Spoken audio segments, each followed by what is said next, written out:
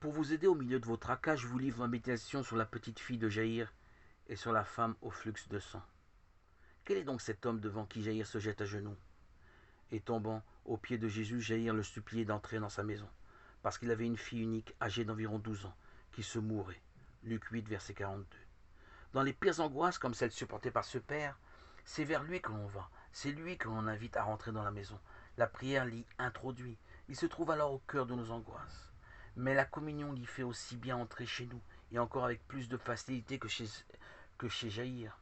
Jésus traverse Jéricho. La foule est tellement dense qu'il ne peut avancer.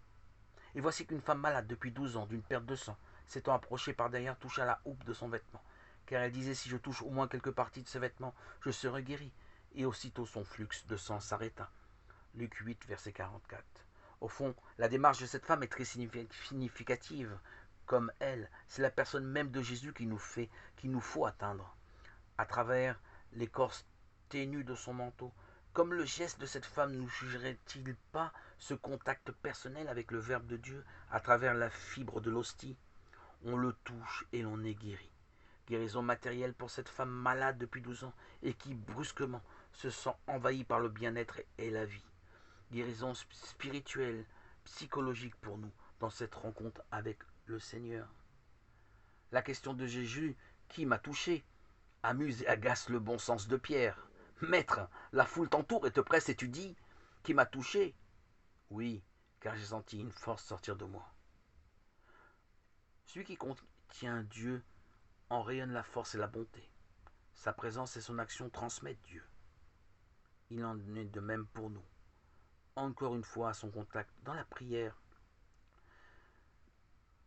et dans l'Eucharistie. Gardons pour nous la parole qu'il adresse à cette femme. Ma fille t'a sauvé, va en paix. Ce que Jésus aime trouver, c'est la confiance. Ce qu'il apporte, c'est la paix. Jésus possède le secret de ces impératifs de tendresse. Ma fille, va en paix. Comme il parlait encore, on se présente de chez le chef de la synagogue en disant ta fille est morte. Pourquoi importune-tu le maître? Quel dit qui atteste devant cette souffrance? Jaïr est assommé par la nouvelle qu'il vient d'apprendre, désemparé, tout hébété. Il reste là, figé. On ne peut s'empêcher de lui glisser à l'oreille. Ne crains pas, crois seulement. À l'impératif de tendresse succède un impératif de compréhension, puis d'espoir, en entrant dans la maison. Ne pleurez pas, car elle n'est pas morte, mais elle dort. Pour lui, il n'y a pas de mort. La mort n'est qu'un sommeil, et à la nuit succède le matin de la vraie vie, près du Père. Mais aujourd'hui, ses mains, devant la détresse de Jaïr, feront les gestes de tendresse et de résurrection réservés au Fils.